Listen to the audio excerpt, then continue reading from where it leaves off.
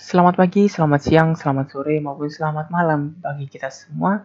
Perkenalkan, nama saya Michael Gunawan dengan NIM 220512041116. Pada saat ini saya akan mempresentasikan seminar proposal saya untuk mata kuliah metodologi penelitian dengan judul Kombinasi Smooth SVM dan Seleksi Fitur untuk Deteksi Penipuan pada Data Kartu Kredit Tidak Seimbang. Kita masuk kepada bab yang pertama, yaitu latar belakang. Industri keuangan yang semakin otomatis dan mudah diakses menghadirkan tantangan meningkatnya penipuan finansial. Jika kita lihat pada box yang di atas itu, Muzaki tahun 2024 menyatakan bahwa jumlah kerugian akibat penipuan transaksi keuangan ilegal itu mencapai 2,5 triliun rupiah dari tahun 2022 hingga triwulan 1 tahun 2024. Di mana pendekatan machine learning menjadi solusi yang potensial untuk mendeteksi maupun mencegah penipuan tersebut. Namun memang ada tantangannya seperti ketidakseimbangan data, karena memang transaksi normal pada kartu kredit pasti akan lebih mendominasi atau lebih banyak daripada transaksi penipuan, sehingga membuat model itu sulit mengenali pola penipuan yang memang jarang terjadi. Oleh sebab itu, penulis mengangkat kombinasi smooth, seleksi fitur, dan juga SVM yang masih terbatas penerapannya untuk meningkatkan akurasi deteksi penipuan di industri keuangan. Kita masuk kepada rumusan masalah dan juga hipotesis penelitian, di mana rumusan masalah yang pertama yaitu bagaimana pengaruh ketidakseimbangan data ini terhadap akurasi deteksi penipuan. Yang kedua, bagaimana keakurasian kombinasi tiga metode ini dalam mendeteksi transaksi penipuan pada data yang tidak seimbang. Dan juga yang ketiga, apa saja fitur-fitur yang paling relevan untuk mendeteksi penipuan ini dan pengaruhnya terhadap kinerja SVM.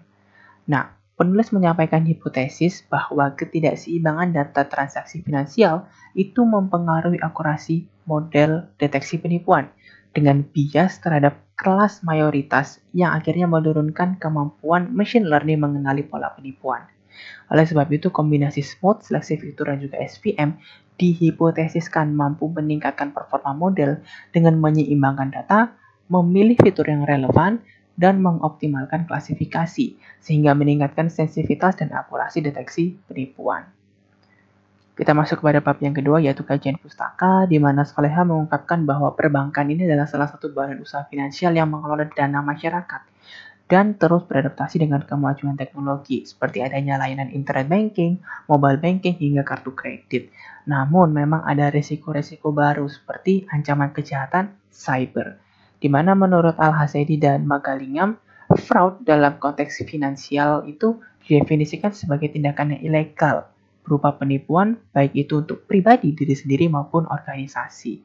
Di mana fraud juga terbagi menjadi beberapa kategori, tetapi pada penjelasan kali ini penulis akan menekankan atau menjelajahi lebih dalam pada credit card fraud.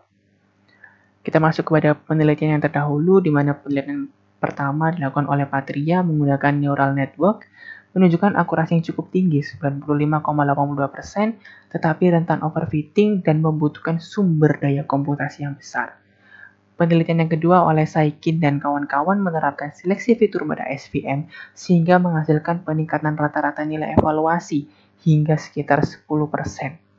Nah, oleh sebab itu, penulis melakukan pendekatan kombinasi metode tiga metode tersebut, smooth, fitur seleksi, dan SVM, di mana smooth menangani ketidakseimbangan data, seleksi fitur memilih variabel-variabel yang paling relevan, dan juga SVM dengan hyperparameternya membangun model yang optimal. Untuk kajian teorinya, di mana seleksi fitur itu adalah pemrosesan data yang memilih subset fitur yang paling relevan dengan mengurangi dimensi data ataupun menghilangkan fitur redundan atau noise. Ada 3 kategori, yaitu filter methods, wrapper methods, dan juga embedded methods untuk seleksi fitur. Untuk smooth, yaitu adalah metode oversampling, sesuai dengan namanya oversampling, jadi menambahkan data, jumlah data pada kelas minoritas, sehingga setara atau seimbang dengan kelas mayoritas. Dengan apa? Membuat data baru yang berisi nilai yang dekat secara acak dengan bantuan augmentasi data dan juga K-nearest network atau KNN.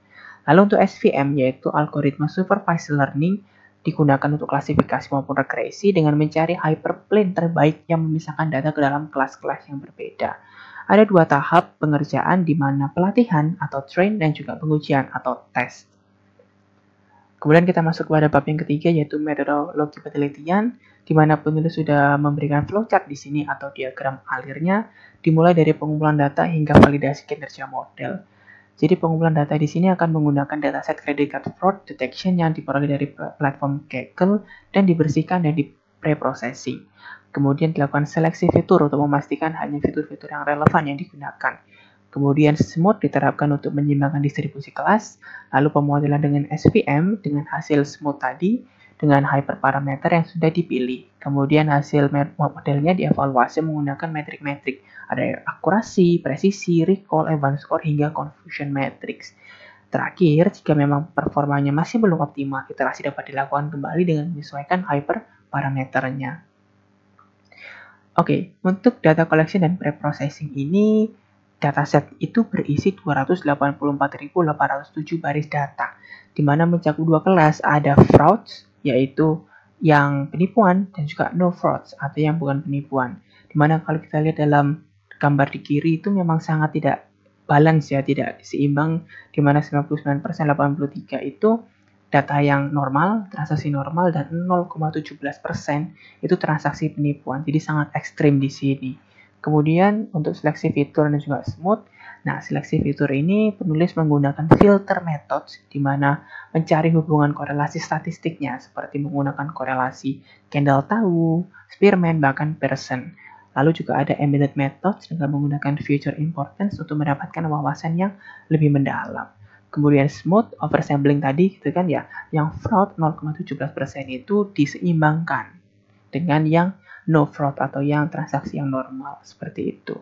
Kemudian untuk pemodelan SVM, di mana nanti SVM akan mendeteksi penipuan untuk mengklasifikasikan, oh ini masuk fraud, oh ini masuk no fraud. Seperti itu berdasarkan pola yang ditemukan dalam data tersebut dengan hyperparameter yang dipilih hingga menemukan titik yang optimal.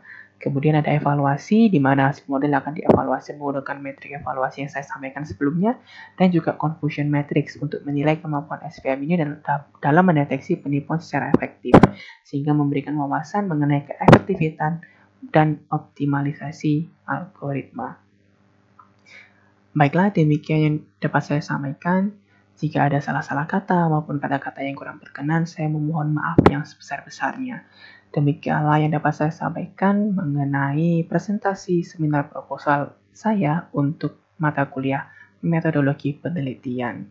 Sekian dan terima kasih.